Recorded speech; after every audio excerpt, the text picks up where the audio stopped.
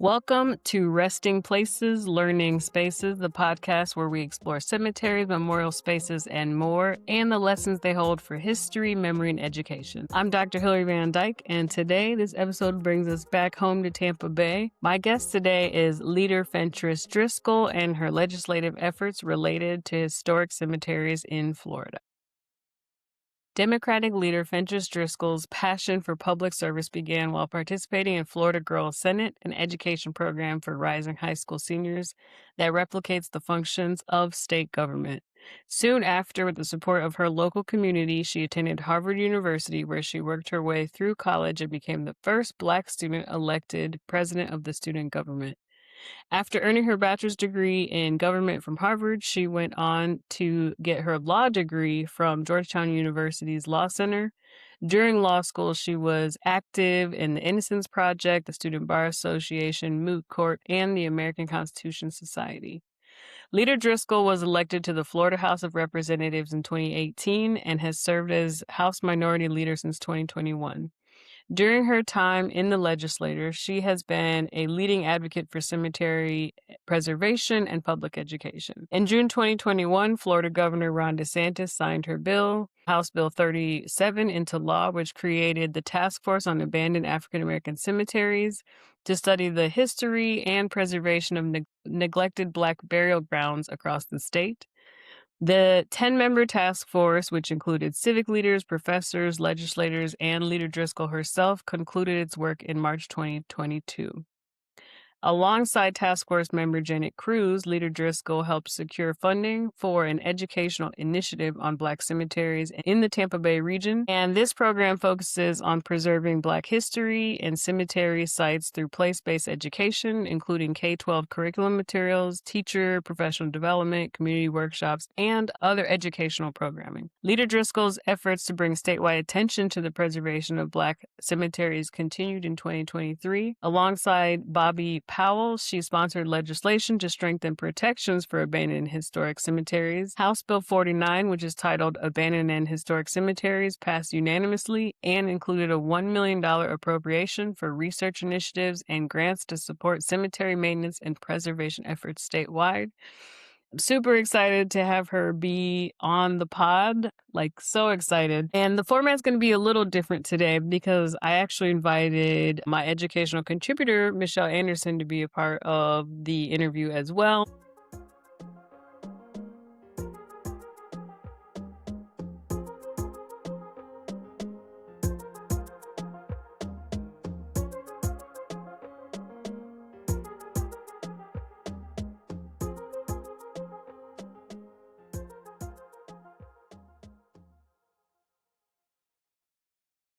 Hello, please introduce yourself and any relevant information about you.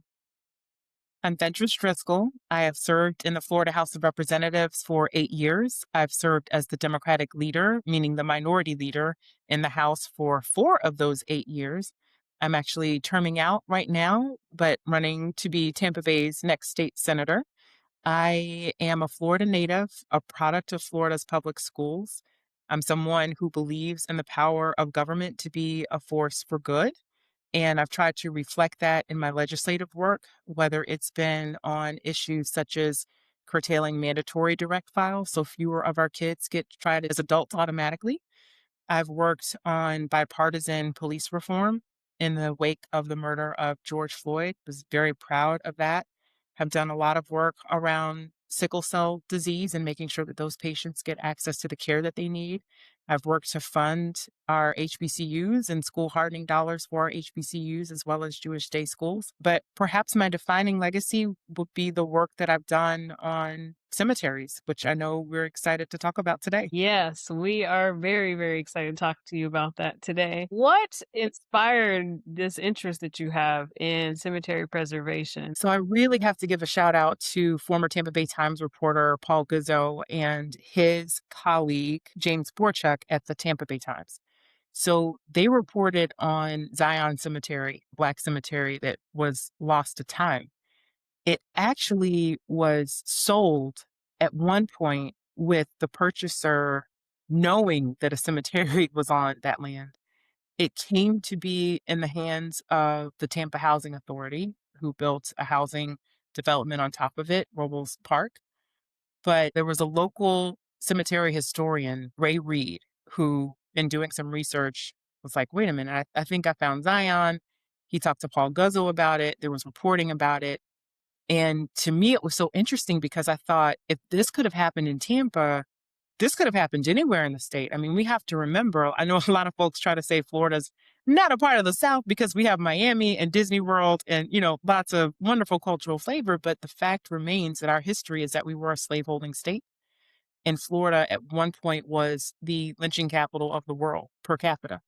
And so that means we have some really harsh things to contend with in our past. And so I started to think if this could have happened in Tampa, it could have happened anywhere. And I just got more and more curious.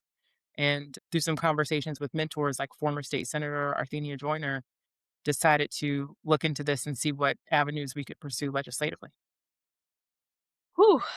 I just love that you were so inspired by it to make sure something happened. So, what legislation did you propose? And just kind of talk us through that process of like what was proposed. And I, from what I can see, it's been several things, not just really where you started. And it seems like maybe more is coming down the line too. So, the work around abandoned, stolen cemeteries in Florida has been a labor of love. And I feel like it definitely has not been necessarily a straight line from point A to point B. So we started with legislation that would establish a statewide task force to look into the issue. Because, like I mentioned, if it happened in Tampa, it could have happened anywhere. The first year that legislation went hardly anywhere. The second year we were able to get it. Actually, you know what? I think it might have passed in the House, but not the Senate. Whatever. We weren't able to get across the finish line. Is the point? We came back the next year and were able to get that passed. And so that set up the task force, which I was honored to serve on. The task force then made recommendations for what we could do. So changes in the law, resources that could be available to communities when they discover these types of cemeteries, all sorts of wonderful legislative updates and funding recommendations so that we could better address these issues as we were starting to hear stories from all over the state about these cemeteries. So then the next year, we introduced a bill that would implement the findings of the task force. It couldn't get that across the finish line. So it took yet another year to get those recommendations implemented. But that was really wonderful landmark legislation that actually led to the state establishing the Office of Historic Cemeteries within the Department of State. And the state made a significant financial commitment to this because that requires full time employees that you Right. have to pay. We also put some grant money towards this so that nonprofits and local governments could apply to get assistance with genealogical research or with the preservation or memorialization of these cemeteries. So that was amazing. Then we came back the next 2 years and have been trying to pass legislation that solves a really challenging issue that we find in the world of these cemeteries. What happens when there's credible evidence to believe that there's a cemetery on private land? And Right. how do you deal with a private landowner who has their own rights? And we have to be very thoughtful about that. Florida does have very strong property rights under the law. And you got to think about what happens to property values if the cemetery is discovered, but also what are the competing obligations to the descendant community. So for the last 2 years, we've been working on that. I think we got really close this year to finding the right solution, which is to create conservation easements Mm. for these private landowners, which basically means, long story short, that they would be selling the rights to develop their land to the state. Hmm. And yeah, that's effectively what a conservation easement does. So there would be, compensation for the landowner, but it also would allow the state to conduct an investigation to figure out if there's a cemetery there and, maybe a nice solution for all involved. So again, we weren't able to get that across the finish line. So we're going to have to try again next year, but I'm not deterred because this just seems to be the way that it is with this type of work. Yeah, so I first learned about you when I was working on my dissertation, and there's a kind of the background of the state of things in Florida is part of it, and one big long paragraph is about the efforts that you did, and I think that's the biggest thing that I see is that you always come back and try again. So I think that's just been super inspiring, I'll say, for me. I appreciate that, and I'm not gonna lie, I think it might annoy my colleagues a little bit, a little bit. They're like, "There she go with them cemeteries again." And I'm like, "Yep, here I am with these cemeteries again," because it is our history, and that is so important. And I will note that every time that we've been able to get a piece of legislation passed, whether it's been the task force or it's been, the recommendations of the task force, or even this bill trying to address the issues with private landowners, every time that bill comes up in a committee, we're able to get it passed unanimously. Why is that? With things being as polarized as they are in the state and the nation today, it's because everybody understands heritage. Everybody understands the sanctity of the dead and the importance of being able to memorialize their ancestors and their loved ones. So we just have to keep trying. Besides from the fact that, like, you have to kind of keep coming back to the table, are there any other notable obstacles in this work for you? The biggest hurdle or obstacle has definitely been trying to find creative policy solutions to balance the interest of a descendant community and the community at large to understand where these cemeteries are and who is buried in them, trying to balance that with the rights of private landowners. That has been the stickiest widget. It's one we've been trying to solve for 4 years, actually not 2 years. For 4 years we've been trying to solve this issue, and we still have to work on it because I know that there are so many more cemeteries throughout our state that are very important, and I think that we figured out the right policy solution, but there's more work we're going to have to do to get buy-in from enough stakeholders to get it across the finish line. Why do you think it's important to preserve historical cemeteries? Well, cemeteries tell a story, and I know we think about it, of course these are people who have passed on, but they tell stories of our past that I think can inform our present and help guide us towards a brighter future. One of the greatest surprises and gifts to me about this work is that I hear from people all across the state, including I've heard from some educators from time to time who tell me about how they take their students out to do cemetery cleanups and to do research on the folks who are buried there. And just what a beautiful way to connect the past, the present, and the future. Because oftentimes these students walk away feeling inspired because there might have been a veteran who had an inspirational story who was, buried there, or even if it's just everyday folk. I find that this work is so important because it is about the preservation of history, which unfortunately has been under attack.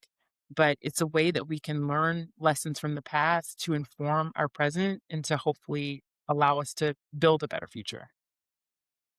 I think that's actually a perfect segue into the next few questions, which I'm going to pass on to Michelle to ask. So you mentioned how you have seen that some schools, some classes have been going out to the cemeteries and engaging in cleanup efforts, and that is fantastic, and we want to encourage that. Do you see any other ways that classrooms, teachers, students could be engaging in this work in a Yeah. responsible way?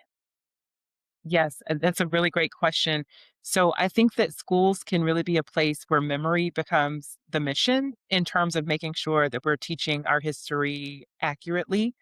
I think that cemeteries provide opportunities to do great research projects, genealogical research, centering descendant stories. I think it's the opportunity for these students to have agency and to learn a lot about patients, seeing a project from beginning to end. Because it's one thing to go out and do a cemetery cleanup where you're picking up litter or dusting off, the headstones.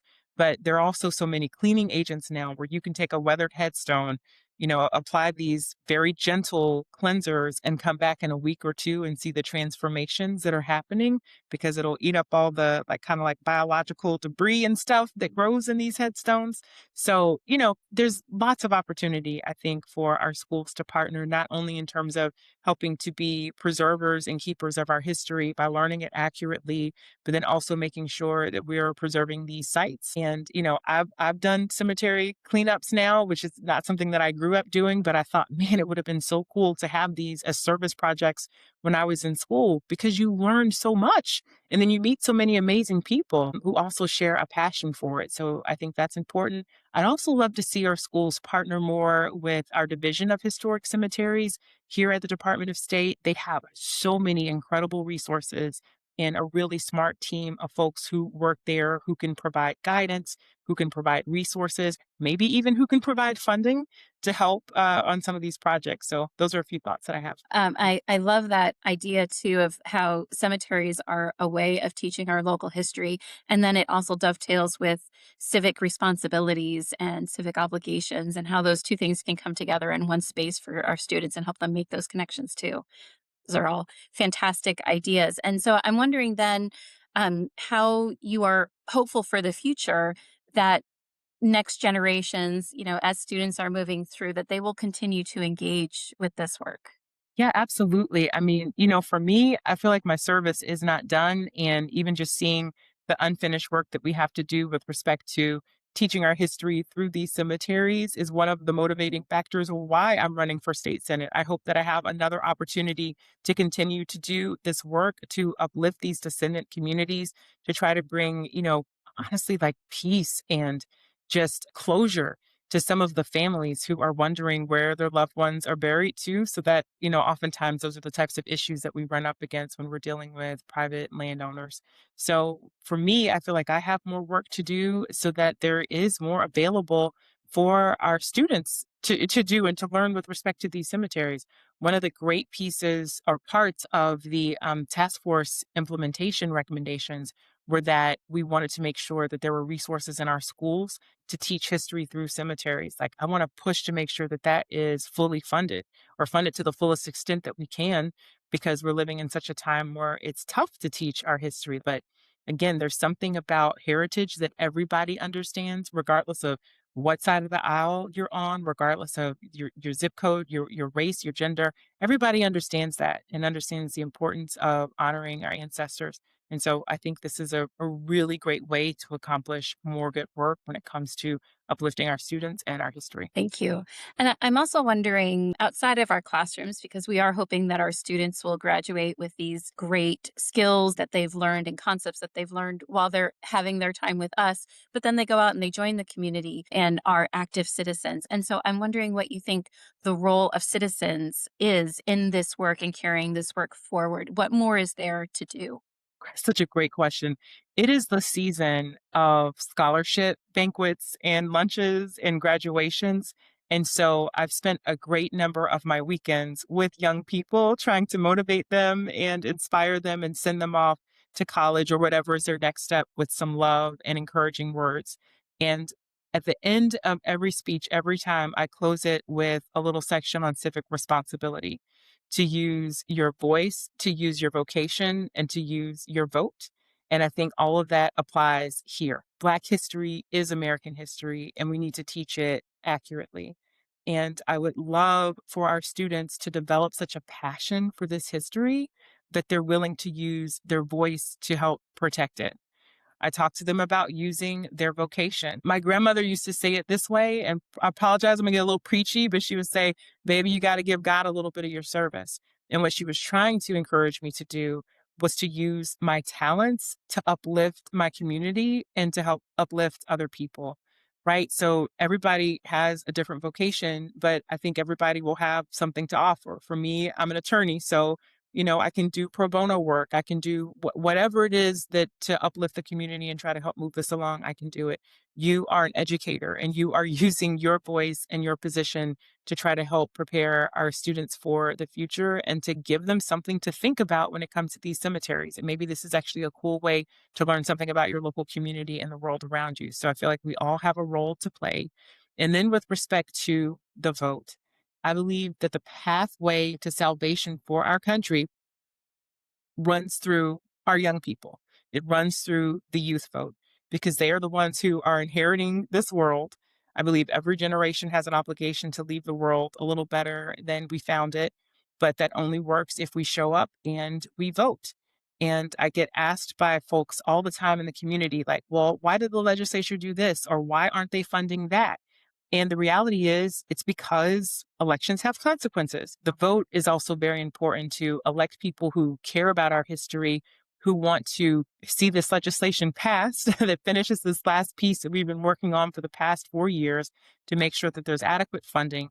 All of that matters. So for our young people, what I would say to them into the future is that they still have a civic responsibility with respect to using their voice, using their gifts and their talents or their vocation, and using their vote to make sure that history is protected and that we can do more work with respect to these cemeteries as well. That idea of this being work that teaches students civic responsibility is something that we both definitely agree with, and are working on trying to get an article published about that. I actually was thinking as you were speaking through that last question that I wish I could bottle you and put you in front of all of our civics classes, because those Anytime. you know, taking the concepts that they're learning that, we need them to have that understanding of, but then seeing somebody who's doing that work and then those concepts come alive. I mean, that's what we're all hoping that they'll see that it's not just, I'm memorizing some vocabulary terms and their definitions, but this has real impact on our lives. My last question for you, really just sort of to wrap it all together, what are your dreams for the future of your work? What do you think this might look like in 5 or 10 years from now? What a lovely question, especially because I think sometimes we're so task oriented, or maybe I should just speak for speak for myself, that I don't feel like I always have the chance to pause and to dream. But there was something so special about this work. I feel like it wasn't so much that I came to it, like it came to me. I don't know how to put the right words to this, but this is the type of work that I feel like is become such a part of my legacy here in the legislature. And I'm so very proud of it and so very honored to have been able to play any part in it.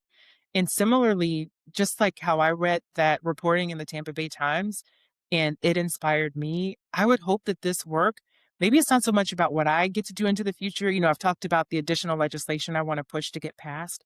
But what I would love is for this work to inspire someone somewhere. Maybe it's a young person. My goodness, Dr. Van Dyke, and it played a part in your dissertation. Like I'm amazed by that. Like what I would love is to hear more stories about how this work inspires others to then take it and run with it. There are nonprofits that have sprung up around the state based on this work and the fact that they can get funding and grants from the Office of Historic Cemeteries now.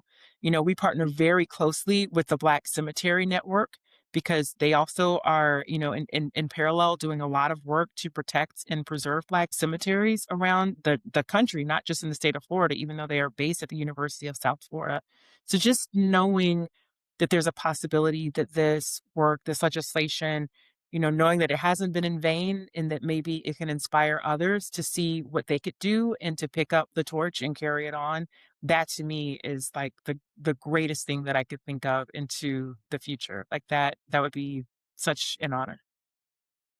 Yes, we are huge fans of the Black Cemetery Network and the Burial Ground Project. That was, I think, the final episode of last season was interviewing Dr. Jackson, and Yeah, yes, no, that was Yes. incredible. we were just fangirling the whole time. In the African American Burial Grounds and Remembering Project on the USF site, they have a part for lesson plans. And I actually wrote the lesson plans that are there, but there's going to be some new ones coming soon from some of my students at the university. So very exciting. And they're all related to like the three cemeteries of the Trop, Zion, and then the ones coming from my students are going to be about Memorial Park Cemetery. So we're gonna just keep getting stuff added to it for sure. I think the most important question then, so if I've got some listeners, they're trying to figure out, oh my gosh, this is inspiring. How do I get involved in this? How do they support this work?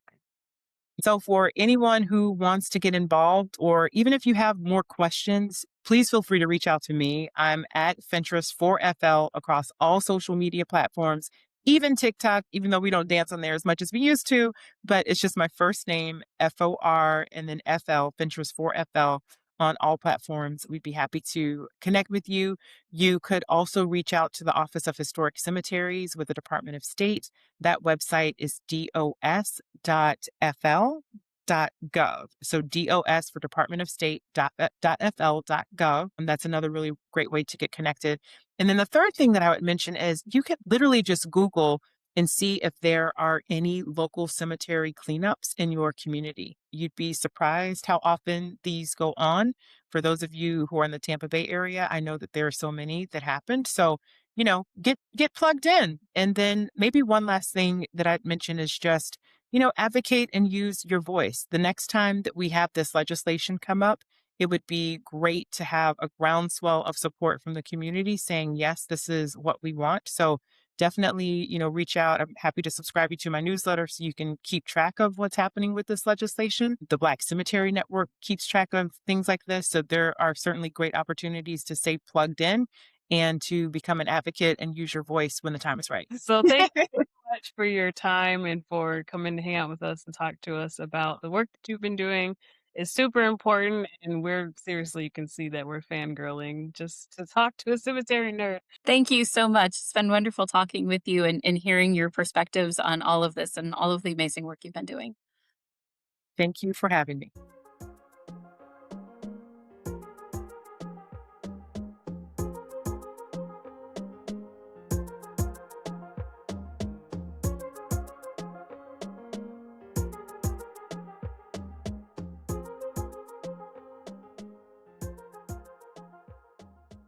All right, so that was very exciting. That was very exciting. That was the best. That was the best way to end my day, really.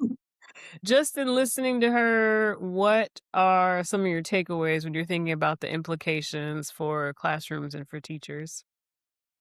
I just kept wanting to ask deeper questions to get into the weeds of all the civicsy things, Yeah. and how the process works. And could you please talk more about conservation easements and how does that relate to eminent domain? And I. Yeah.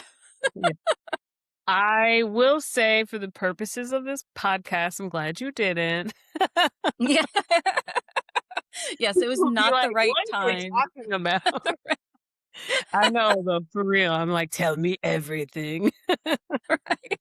How long did it take? How many words was in your bill?" I would love to do some more research into really just all of the groups that might have been speaking with her and been bringing her information to help her figure out, to craft that language, to have that, as we teach kids, I'm a bill. Yes, I'm only a bill and I'm sitting here on Capitol Hill. And it all starts as an idea. Well, like what were those ideas and, who were those people that helped you determine the actual language of this is what will work if we can get it past the finish line. Yeah, I definitely think, even if you think about it as like a research process for students, that they even could research that and see like how much work it can be when you're really putting forth Yeah. like thoughtful legislation. The other thing that I was thinking about was our article that we keep teasing and talking about, but not talking about. So Michelle and I and one of our other colleagues, Jessica, we were thinking about a framework for more impactful civic education and really taking these case studies of these different people doing this work, really just activating their civic engagement and civic responsibility to help conserve and preserve these cemeteries. But then even in this conversation, it's like there's all these, everyday humans on the ground. But I think it's even also inspiring for them to be like, oh, wait, actually, if I run for office, these are some of the things that I can do to help my community. So it doesn't have to just be, as a normal human. It also can be I mean, that's not for me, but maybe for someone else really running for office. Well, Uh, and honestly, I couldn't cite you a study right off the top of my head, but something that is of concern in our country is the decline in the number of people that are running for office. And so, that is something that we need to put a spotlight on because democracy doesn't work, or specifically a republic doesn't work if we don't have people that want to be representatives. Right, right. And I would say the other thing that I was just thinking about the whole time is even just her tenacity, Yeah. like, keep going. Yeah. Yeah, for year after year, and as she was saying that her colleagues would get exasperated with her for that, but I feel like isn't that why you're going into government is because Yeah, these things are important to you, and you know it's important to the people that sent you there. Like, if you're not being tenacious about it, then right. no one will be. Yeah, so I'm definitely excited to see, hopefully next time Yeah, that bill passes. the story And I goes think even on. in that, that's another example of something that had never even crossed my mind as something that of course is going to be an issue when you're trying to like preserve cemeteries is a lot of them for various reasons are on private land and yeah, so super interesting. And Anything I else? have to imagine that those conversations like, that's not just lip service that she's saying of, "We have to weigh all of these carefully." No, like, they have to weigh these things Yeah, carefully. yeah, You can't just give lip service to those that are saying that this is my land and these are my rights because that's enshrined even in our Bill of Rights, right? Like, our we have these specific rights, and we can't just take for granted that everyone is gonna feel this way about, "Oh, yes, but it's a cemetery." Like, there's right. very real considerations there. I mean, I think one thing I'll say of really what really shows me that not everyone is in that same vein with cemeteries is even just how recently Memorial Park Cemetery almost faced being developed on. And, it's 2020s. Like, we Yeah, know better, right? So we can look right. back at people in the 20s and 50s that were building over cemeteries. But this, like, just happened that it almost happened here. Yeah. So, yeah, we definitely can't take for granted this idea. Well, I feel like I know that too just with this research. People are always like, "You want to do what? You wanna study where? Why?" So, but yeah. So when she was answering the question, what role can citizens play in identifying and protecting endangered cemeteries? She segued a little bit and was saying how she felt like she was she was caught up in something that was it wasn't her intent to go and do just this thing, but there was this momentum that was building. And I feel that way too, of as as we've talked in other episodes of it isn't just here in Tampa Bay or that one cemetery. It's across the entire South. It's and Yeah. further the this and it but it does feel a little bit like a series of dominoes Mhm. falling of as one group is saying, but wait, hey, wait a minute, look what's Right. going on over here. And then others are like, well, that's happened here too. And it just um I feel like all of it is part of a groundswell of sorts. Agreed. And I think too, the other thing with it is it's like very predictable when to me, and to me at least, it feels predictable when you're looking at the story of a cemetery, just these different steps that led to this moment of it being forgotten or abandoned or built over. So hopefully we can also kind of create same predictability and bringing them back to like former glory. I forgot last time to thank you for being here. So Uh, last Thank you for inviting me. episode that I just recorded, I didn't say like thank you to Remy or you. And I was like, what is wrong with me? We are So grateful to be I want here. everyone to So know that I do appreciate that they were on the pod. My bad, I don't know what happened, but thank you so much for taking the time out today. And I hope you have a good day. thank you. It's a pleasure always. Well, that wraps up this episode of Resting Places, Learning Spaces. If you enjoyed this episode, I'd love for you to share it with fellow educators, travelers, or anyone interested in the intersection of history and place. You can also follow me on Instagram at Professor Van Dyke to continue the conversation or recommend a topic. Until next time, keep exploring, keep learning, and remember, every resting place has a story to tell.